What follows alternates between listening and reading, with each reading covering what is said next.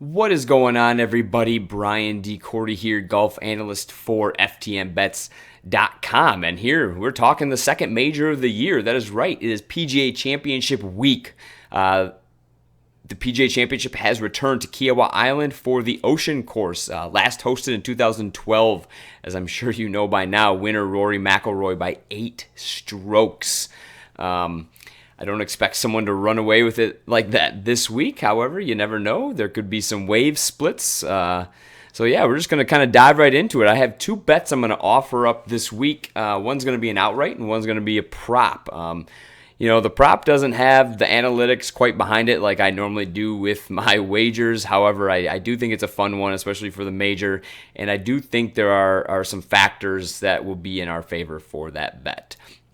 However, the first one I'm going to talk about is the outright, and that is Joaquin Niemann at 75-1, which you can find on FanDuel. Now, there are a lot of good bets out there, in my opinion. That happens at the majors. You can get good value on a lot of solid golfers because of the quality of the field.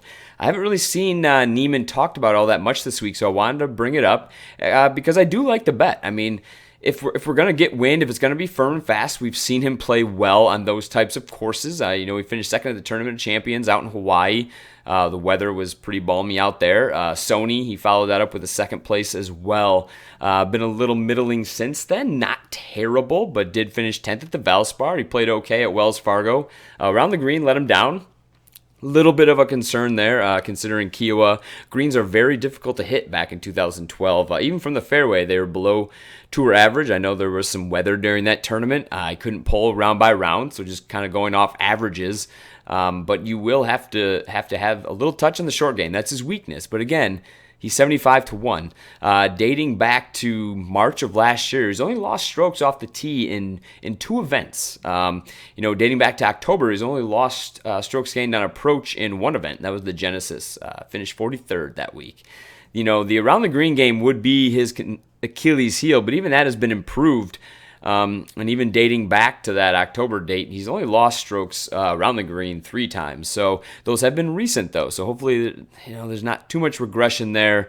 But again, at 75-1, I'm very confident in his ability to putt the ball well. And if the weather does get up, gets blustery, strong ball striking, and I feel confident having seen him do it in the past as well. For the prop this week, it's going to be no on hole-in-one if you can find, reasonable odds. I say reasonable. It's plus 105 at Tipico. If you're in New Jersey, you can sign up there. FTN has great promo codes for that.